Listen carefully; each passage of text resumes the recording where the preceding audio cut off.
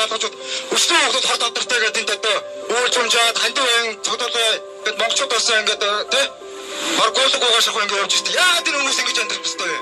Яагаад өнөөдөр Монголд өнөөдөр өчнөө их сая байсан бол өнөөдөр тэр бомбаар яваад идэж ууж тий. Бид нар мэдсээр байгаа мөртөө үтсэнгүй чимээгүй заах ингээд болохгүй байгаад байна. Тэгээд нэг ганц хоёр дуурсан хүмүүс төрийн төлөө огтон боож өгч чи өдөр одоо юм бэ чинээ.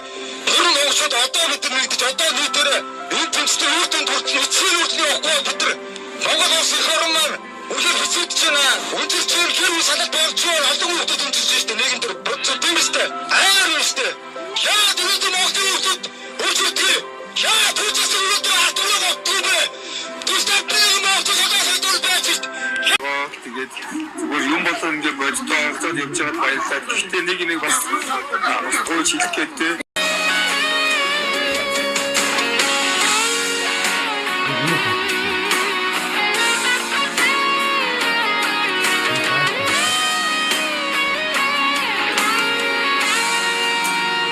Бас ингээд салгах ажиллаж байгаа монголчууд маань бас ингээд энэ юунд тэмцэлд оролцож байгаа шүү. Манай